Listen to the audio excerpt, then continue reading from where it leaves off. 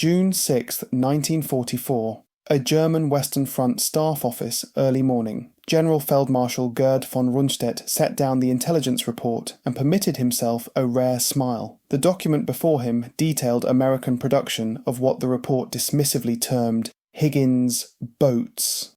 Shallow draft landing craft supposedly being manufactured by the thousands in Louisiana swamps and Great Lakes boat yards.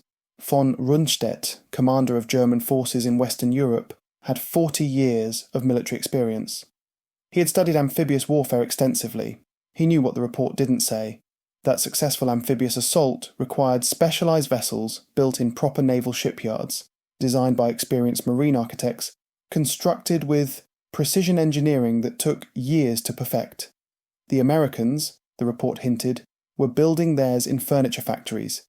Plywood toys, von Rundstedt reportedly told his staff that morning. The German High Command had analysed the American approach and found it laughably inadequate. These so-called landing craft, the LCVP, the LCM, the LCT, were supposedly being assembled by workers who had never built boats before, using simplified designs that violated every principle of naval architecture. The intelligence estimates claimed production numbers in the tens of thousands. Von Rundstedt's naval advisors assured him this was impossible. Even if the Americans somehow managed to build such numbers, the vessels would be unseaworthy, unstable, death traps for any soldier forced to ride them into combat. The Kriegsmarine had spent years developing specialised landing craft for Operation Sea Lion, the planned invasion of Britain. German engineers understood the complexities, the precise balance of draft and stability, the reinforced bow doors required for beaching, the intricate hydraulic systems needed for reliable ramp operation.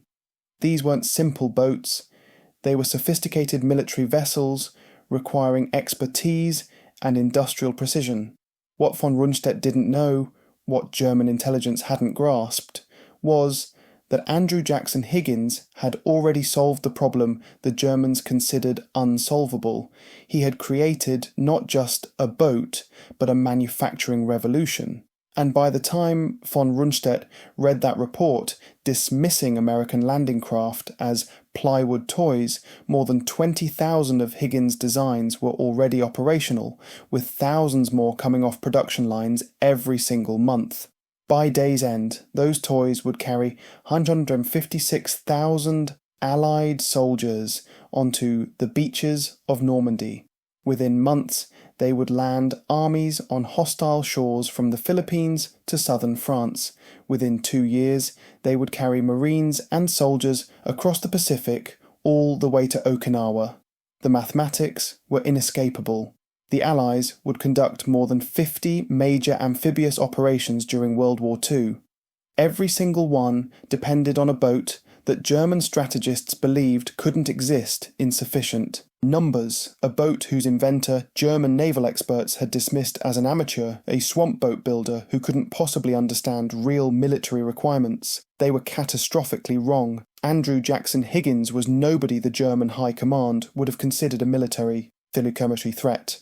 Born in Nebraska in 1886, he had built his fortune constructing shallow draft boats for trappers, oil drillers, and rum runners working the bayous of Louisiana. His boatyard in New Orleans was not a prestigious naval facility. It was a collection of industrial buildings where men built working boats designed for one purpose, operating in water where conventional vessels couldn't go. The German military establishment, steeped in Prussian tradition and naval prestige, would have found Higgins himself offensive.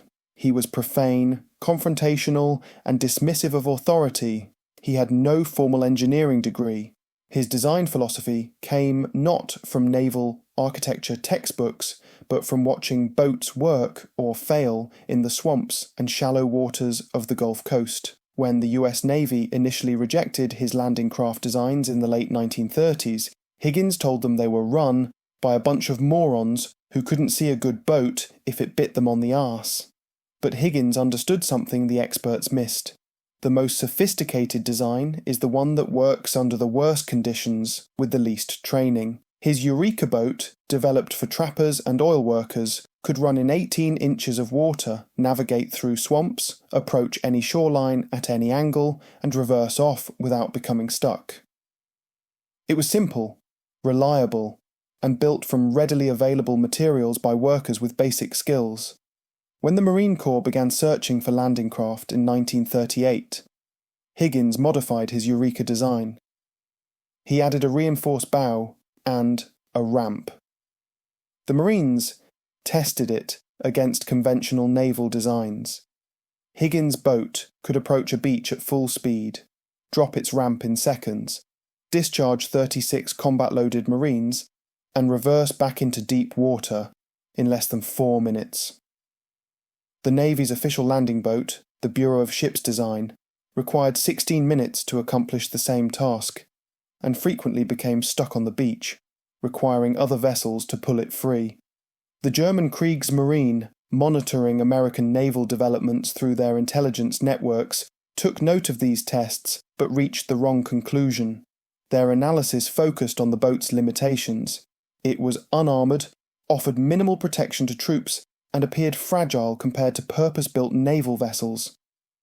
German naval constructors, examining captured photographs and stolen specifications, reported that the design was adequate for limited operations, but would never be produced in meaningful numbers. Real landing craft required naval shipyards, sophisticated construction techniques, and trained marine workers. The Americans had only a handful of proper naval facilities. The mathematics were clear. What the Germans failed to understand was that Higgins wasn't trying to build sophisticated naval vessels. He was creating a tool that could be manufactured like automobiles, standardized, modular, assembled by semi-skilled workers following simplified procedures.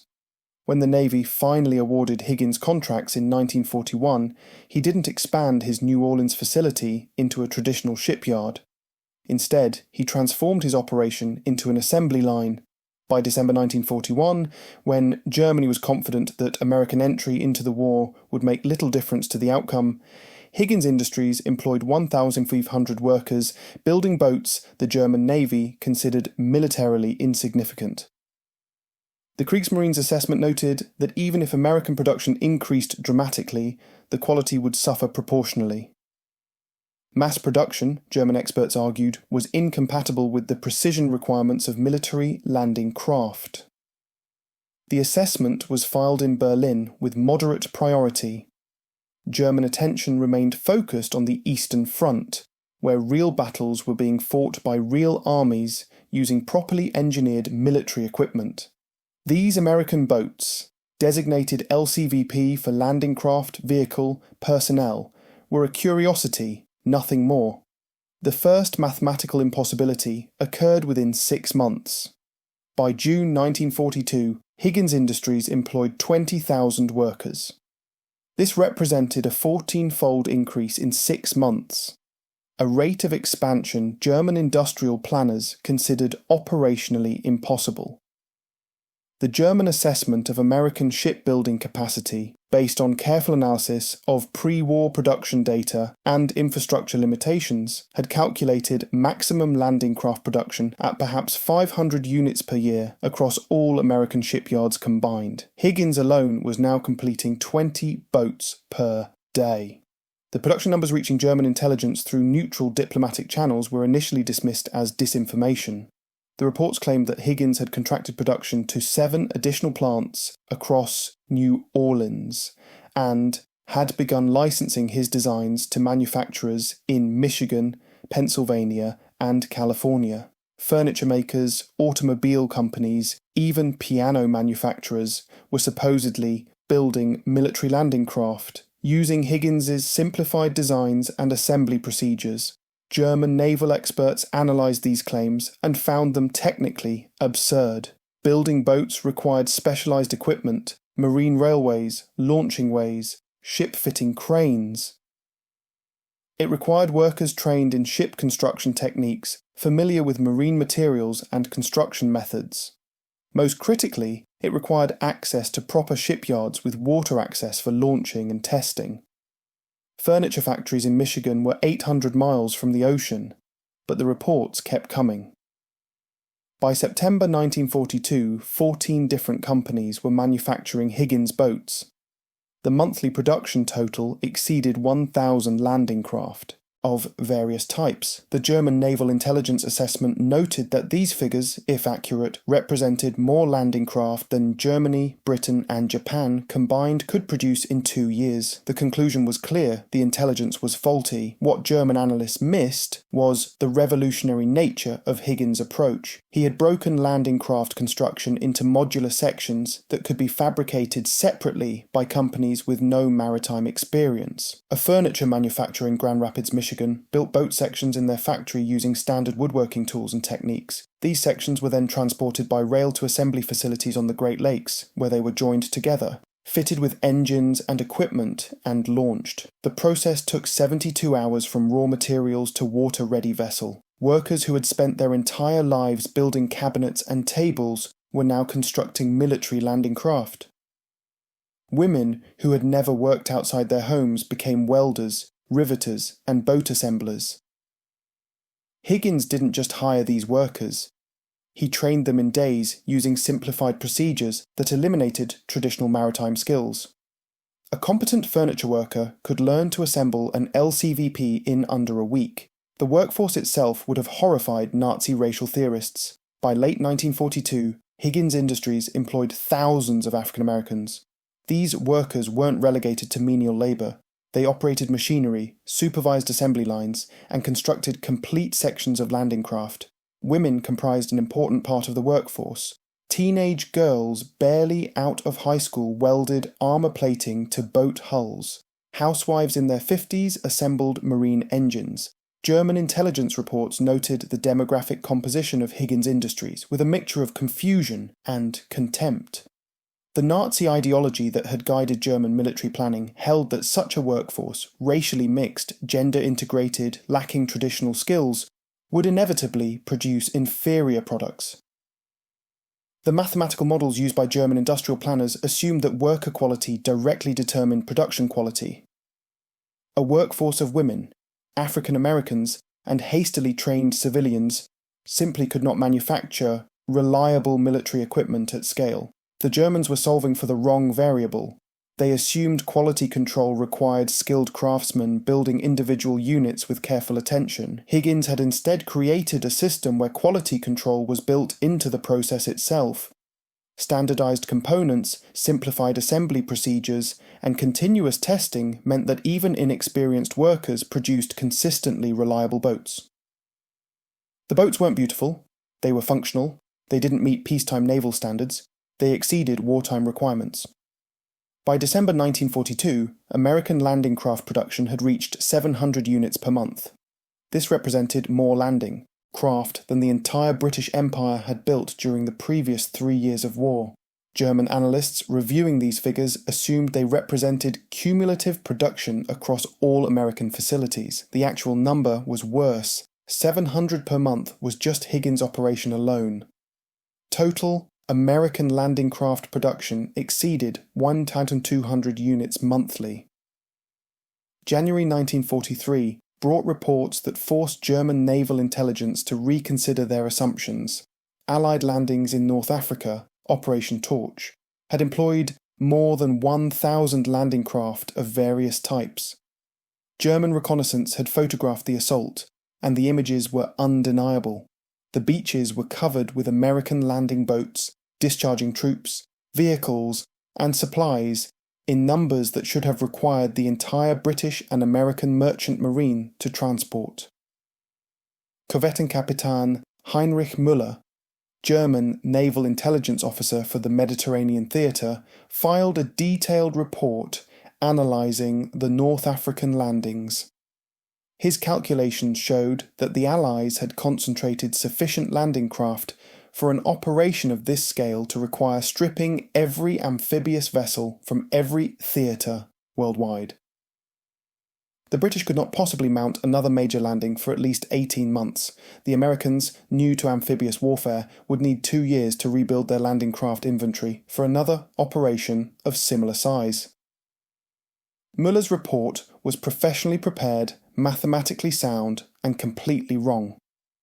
What he didn't know was that the landing craft used in North Africa represented less than 15% of available American production. While German intelligence was calculating recovery timelines, American factories were completing 40 landing craft every single day. The designs themselves had evolved. The original LCVP carried 36 troops. Higgins had scaled the concept up. The LCM-3 could land a 30-ton tank. The LCM-6 handled 34 long tons. The LCT, landing craft, tank, could carry 5 Sherman tanks or 150 tons of cargo. These weren't incremental improvements. Higgins had created an entire family of landing vessels, each optimized for specific tasks, all sharing the same manufacturing philosophy: simple, standardized, mass-producible. German captured documents from North Africa revealed the stunning logistics behind Allied operations. A single Liberty ship could carry 15 LCVPs and 3 LCMs as deck cargo, in addition to its normal payload. These landing craft were expendable. If damaged or lost, they would be replaced within weeks. The American approach treated landing craft not as precious naval vessels, but as tactical equipment to be used, consumed, and resupplied like ammunition. The German Navy had 14 purpose-built landing craft in 1943. The US Navy had thousands. By mid-1943, Higgins Industries alone employed 30,000 workers across multiple facilities. Monthly production exceeded 700 landing craft, plus thousands of PT boats and other small vessels. The operation ran 24 hours daily, 7 days weekly. Workers on night shifts assembled boats under floodlights while the next shift's materials were already being loaded onto trains for morning arrival. The entire process was synchronized with automotive-style precision. But Higgins wasn't the only manufacturer. By 1943, the United States had contracted landing craft production to dozens of companies across the nation. A tool manufacturer in Pennsylvania built LCVPs. A railway equipment company in Philadelphia constructed LCMs. Shipyards that had built pleasure yachts before the war now produced LCTs by the dozen. The geographic distribution meant that no single bombing raid, no strategic attack, could significantly disrupt production. German strategic planning for defending Western Europe assumed the Allies would need to concentrate landing craft from multiple theatres for any invasion attempt. The planning documents estimated that assembling sufficient craft for a major landing would require at least 8 months of preparation time that would give German intelligence clear warning of Allied intentions. These calculations were based on the reasonable assumption that landing craft, like all military vessels, were scarce, valuable, and carefully allocated. The Americans were treating them like trucks. German military doctrine in 1943 held that amphibious assault was the most complex and risky form of military operation. The Kriegsmarine had studied every major amphibious operation in modern history: Gallipoli, the Dardanelles, Norway, Crete. The pattern was consistent. Amphibious assaults required overwhelming naval superiority, extensive specialized equipment, months of preparation, and even then frequently failed. The defender, fighting from prepared positions with interior lines of communication, held every advantage. This doctrine was sound. It was also irrelevant because it assumed scarcity.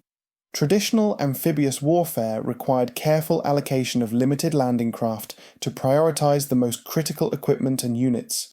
Planning focused on maximizing the combat power delivered in the initial wave because second and third waves would arrive hours or even days later. This created natural bottlenecks. Heavy equipment was prioritized over supporting units. Ammunition and supplies were prioritized over follow-on forces. Every landing was a carefully balanced calculation of risk versus capability. What the Germans failed to anticipate was what happened when landing craft became abundant. The entire tactical framework changed. Instead of carefully allocating scarce lift capacity, American planners could land entire divisions in a single wave. Instead of prioritizing tanks over trucks, they could land both simultaneously. Instead of rationing space, they could load landing craft with redundancy built in. If one LCT was sunk approaching the beach, 2 others carrying identical equipment would still arrive. The EE's doctrine shift was mathematically brutal. In traditional amphibious assault, destroying 10% of the initial landing force could disrupt the entire operation by eliminating critical capabilities that couldn't be replaced for hours. When every capability was present in multiple redundant copies, destroying 10% of the landing force merely reduced it by 10%. The defending force couldn't target critical vulnerabilities because there were no critical vulnerabilities. Everything was replaceable immediately from the endless stream of landing craft following behind. German defensive planning for the Atlantic Wall assumed that any Allied invasion would follow predictable patterns: initial landings at first light, follow-on waves arriving over subsequent hours, critical equipment delivered in carefully staged sequences. The defenders could disrupt these patterns by targeting specific landing craft types, destroy the LCTs carrying tanks, and the landing force loses armoured support, destroy the specialised command vessels and coordination collapses, focus defensive fire on vulnerable points in the landing sequence, and the entire assault unravels. This worked brilliantly in wargames. It collapsed against reality. When the Allies landed at Sicily in July 1943, German defenders watched in disbelief as landing craft arrived in seemingly infinite numbers, destroy one LCT, and two more appeared behind it, sink a command ship, and another took its place within minutes. The invasion force wasn't operating on a careful schedule with planned sequences. They were pouring onto the beaches like a flood that couldn't be stopped, only temporarily redirected. General Major Paul Conrath, commanding the Hermann Göring Panzer Division in Sicily, later testified that his forces destroyed or disabled more than 100 Allied landing craft during the first 6 hours of the invasion. Under traditional amphibious warfare doctrine, losses of this magnitude should have crippled the assault. Instead, the landings continued without visible interruption. His forces were still fighting fresh Allied units coming ashore 36 hours into the battle. The mathematics had become impossible. German doctrine calculated amphibious assault capacity based on total available landing craft divided by losses per wave. More losses meant fewer subsequent waves, meant eventually the attack would exhaust itself. But the Americans weren't dividing a fixed number of landing craft across multiple waves. They were feeding a continuous stream of vessels to the beach, each one expendable, each one immediately replaced from reserves that appeared bottomless. By late 1943, German intelligence had finally accepted the production numbers. The United States was building more than 1,000 landing craft monthly, but accepting the numbers didn't mean understanding their implications. German planning staff still calculated Allied amphibious capacity using traditional formulas. So many landing craft equals so many. Divisions lifted equals so many simultaneous operations possible. These calculations suggested the Allies could conduct perhaps 3 major amphibious assaults per year, with careful allocation of resources between theatres. What they missed was that American production had made simultaneous operations routine. In 1944, the Allies would conduct major landings at Anzio, Normandy, southern France, Peleliu, Leyte Gulf, and dozens of smaller operations, all within 9 months. They didn't carefully allocate landing craft between theatres, they allocated entire production runs. The German 352nd Infantry Division held positions along a 50-kilometre stretch of Normandy coastline. Their commander, General Lieutenant Dietrich Kreis, had studied the terrain extensively. He understood that the Allies would need to land at specific points where beach gradients and tidal conditions permitted large-scale operations. His forces had fortified these positions with interlocking fields of fire, obstacles, mines, and prepared artillery positions. The Atlantic Wall might not be impregnable, but it was formidable. On June 6, 1944, at 0630 hours, Kreis watched through binoculars as the horizon filled with ships. He had expected this. Intelligence had warned that an invasion was imminent. What he hadn't expected was the scale. The first wave of landing craft appeared endless. His observers counted over 1,000 vessels approaching a single beach sector. The Allied armada extended beyond visual range in every direction. German artillery opened fire at 6,000 metres. They scored hits. Landing craft erupted in flames. Others capsized in rough seas.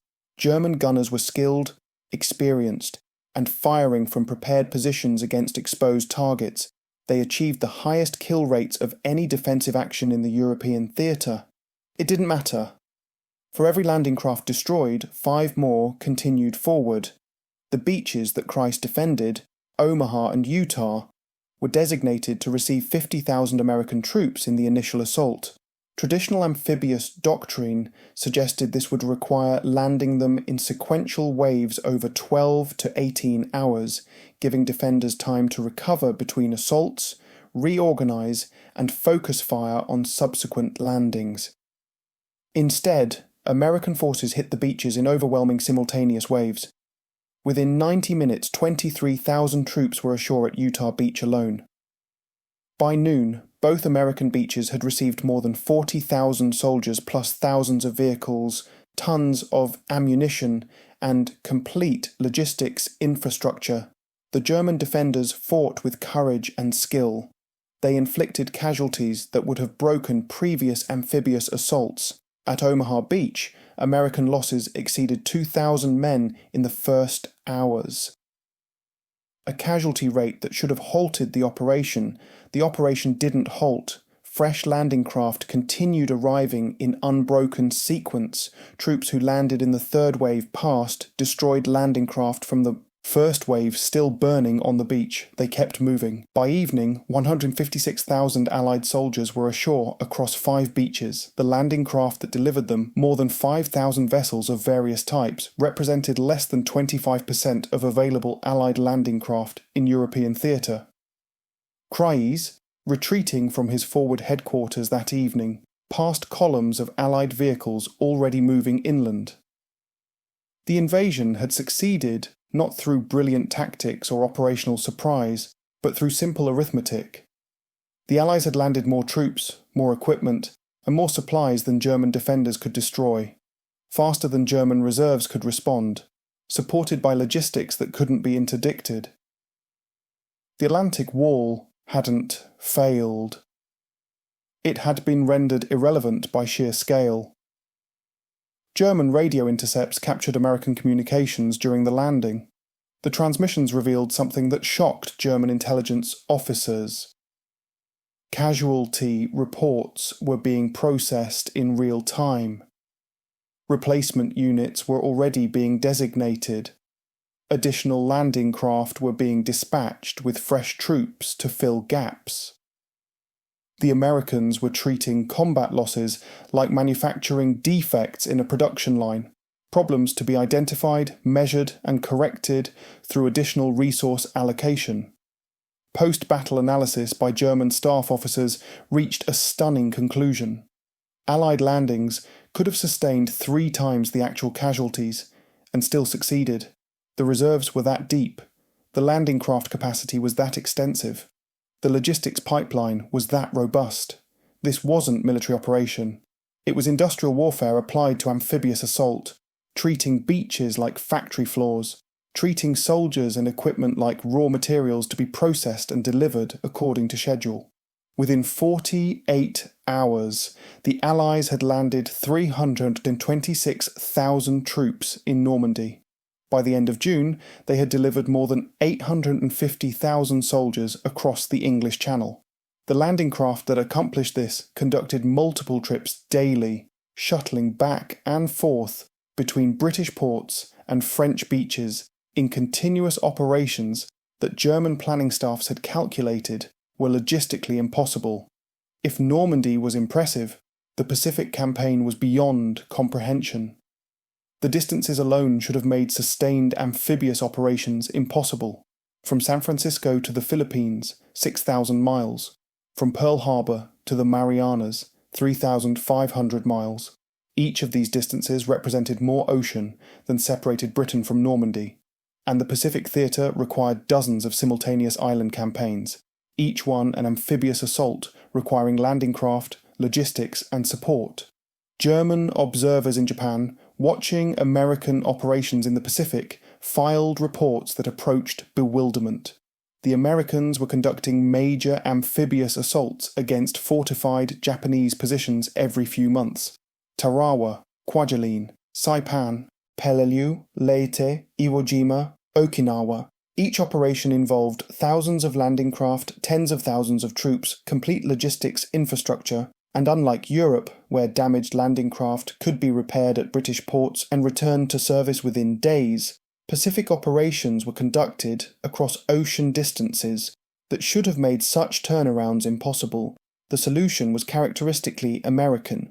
They brought the shipyards with them. The US Navy had developed mobile repair facilities, floating dry docks, repair ships, portable workshops that could conduct maintenance and repairs at forward bases. A damaged LCVP could be pulled onto a repair ship, have its engine replaced or hull patched, and return to service within 24 hours. The Americans had created expeditionary industrial capacity, but even with repair facilities, the scale of Pacific operations defied logic. At Okinawa in April 1945, American forces employed more than 1,600 landing craft in the initial assault. These vessels had travelled on average more than 4,000 miles to reach the operation. They carried 180,000 troops plus complete mechanised divisions, artillery, supplies, and logistics for sustained operations. The landing craft conducting these operations represented more amphibious lift capacity than had existed in the entire world in 1939. Japanese defenders on Okinawa fought with fanatical determination. They destroyed or damaged more than 350 Allied landing craft during the 3-month campaign. These losses in any previous war would have represented a catastrophic blow to amphibious capability. In 1945, they barely affected operational tempo. Replacement landing craft arrived within weeks. Some were shipped from American factories, others were pulled from reserve pools in rear areas. The Americans treated landing craft losses in Okinawa the way the Wehrmacht treated rifle losses, regrettable but easily replaced through existing supply chains. German military attachés in Tokyo, observing American operations from a distance, compiled reports that read like incomprehensible mathematics. The US had conducted dozens of major amphibious operations in the Pacific Theatre alone since 1942. These operations had employed tens of thousands of landing craft, landed millions of troops, delivered millions of tons of supplies, all across ocean distances that should have made such operations strategically impossible. The attachés noted that American landing craft were now visible in every Pacific base, harbour, and anchorage. They weren't scarce military assets, they were standard equipment. The comparison to German capability was humiliating. The Kriegsmarine had projected that Operation Sea Lion, the invasion of Britain across 21 miles of English Channel, would require 2,000 specialised landing craft and could only be attempted during brief windows of favourable weather and tide conditions. The Americans were routinely conducting operations 3 times larger than Sea Lion across ocean distances 100 times greater in any weather on any tide as routine military operations. By May 1945, when Germany surrendered, Allied forces had conducted nearly 60 major amphibious operations in theatres spanning from Norway to Burma. These operations had landed millions of troops on hostile shores, delivered thousands of tanks and vehicles, established dozens of beachheads, and systematically dismantled Axis defensive positions from multiple directions simultaneously. Every single one of these operations depended on landing craft that German naval experts had dismissed as inadequate toys built by incompetent amateurs. The final production numbers tell the story with mathematical brutality. Between 1942 and 1945, American manufacturers produced more than 23,000 landing craft of various types. This represented more amphibious lift capacity than had existed in all of human history prior to 1941. Peak production occurred in 1944, when American factories completed 9,500 landing craft, an average of 26 vessels per day, every single day, for 12 consecutive months. Higgins Industries alone built 20,094 boats during the war. The company that German intelligence had dismissed as a swamp boat builder delivered more landing craft than the entire British Empire, Japan, and Germany combined. The workforce that Nazi ideology predicted would produce inferior equipment, 45% African American, 40% female, largely unskilled before the war, had manufactured the vessels that made Allied victory possible. The human cost of this achievement went largely unrecorded. 358 workers died in accidents at Higgins Industries during the war, crushed by machinery, killed in explosions, lost to exhaustion and industrial injuries. Thousands more suffered permanent disabilities. The landing craft themselves were death traps in rough seas. More than 4,000 landing craft were lost during the war, sunk by enemy fire, capsized in storms, wrecked on beaches, destroyed by mines.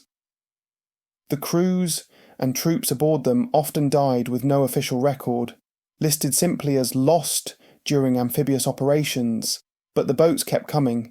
Every loss was recorded, analysed and incorporated into design improvements. Every weakness was identified and corrected. The LCVP of 1945 was substantially different from the 1942 version. Better armoured, more reliable, easier to repair, but still fundamentally simple enough to be built by semi-skilled workers in converted furniture factories. The genius of Higgins' design wasn't sophistication, it was adaptability. German prisoners, captured in the final months of the war, were often taken to ports where they could see Allied logistics in operation. The effect was devastating. One former Oberst interviewed after the war described watching hundreds of landing craft being loaded at a French port in March 1945. We were told these boats were fragile, makeshift, adequate for limited operations only. I watched them for 2 hours. They loaded tanks, they loaded trucks, they loaded entire field hospitals. They came in, they unloaded, they left, and more arrived. It never stopped. I realised then that we had never understood what we were fighting. Allied post-war assessments credited landing craft with making victory possible on compressed timelines. General Eisenhower stated that Higgins boats were among the most important weapons of the war. Admiral King calculated that without Higgins' designs, the Pacific campaign would have required an additional 2 years.